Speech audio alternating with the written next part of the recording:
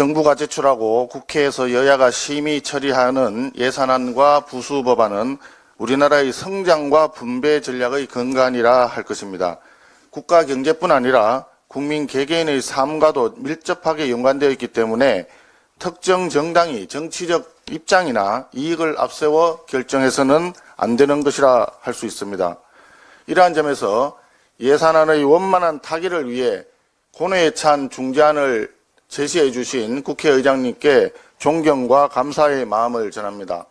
하지만 의장님의 중재안에 대해서 우리 당에서는 쉽게 받아들일 수 없고 보류할 수밖에 없습니다. 그 이유를 간략하게 설명드리겠습니다. 먼저 법인세 문제입니다. 정부 안에서 법인세를 3%포인트 인하해 온 것은 두 가지의 의미가 있다고 할 것입니다. 먼저 외국과의 세율 격차를 줄임으로써 기업의 경쟁력을 제고하고 해외 투자를 촉진함으로써 국내 일자리를 확보하는 그런 측면이 있습니다. 또 한 측면은 세율 체계를 간소화하겠다라고 하는 측면입니다. 현재 4단계로 되어 있는 것을 3단계로 줄이고자 했던 것입니다. 중국도 단일 세율 체계를 유지하고 있는 것을 볼 때 세율 체계 간소화는 시급한 과제가 아닐 수 없습니다. 그런데 1%포인트만 인하를 하게 된다면 세율 체계 간소화라고 하는 취지는 달성하기가 불가능하고 기업의 경쟁력을 촉진하기 위한 그런 취지도 전체가 아니라 일부 다소 미흡하게밖에 달성하지 못한다는 측면이 있습니다. 쉽게 얘기해서 은발의 오줌누기라고 할 것입니다. 그렇기 때문에 법인세 1%포인트 인하는 기업 경쟁력 측면에서 미흡하다라고 저희들은 판단할 수밖에 없었습니다.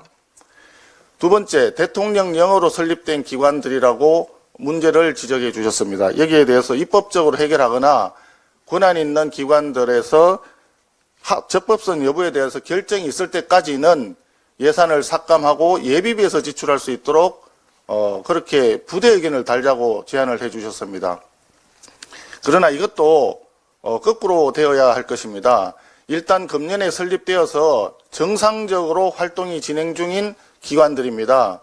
일단 예산을 반영해서 집행을 하되 권한 있는 기관들에서 적법성 결정이 나서 이것이 잘못되었다라고 판단이 되면 그때 예산 집행을 즉시 중단하도록 그렇게 부대 의견을 달아야만이 올바른 방향이라고 할 것입니다. 아울러 정부 내에 국단위의 하부기관의 신설 여부에 대해서 입법부에서 지나치게 관여하는 것 자체가 삼권 분립을 규정하고 있는 헌법 정신에 상충되는 측면이 있음을 고려해야 될 것으로 생각합니다.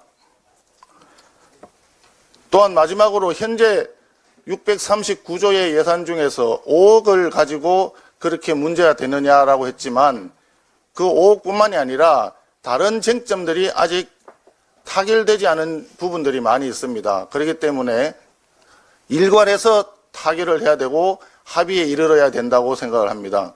특히 지역사랑 상품권 문제라든지 그 다음에 분양주택을 다 삭감을 하고 임대주택을 크게 늘리겠다라고 하는 민주당의 주장이 아직도 그대로 유지되고 있는 상황입니다.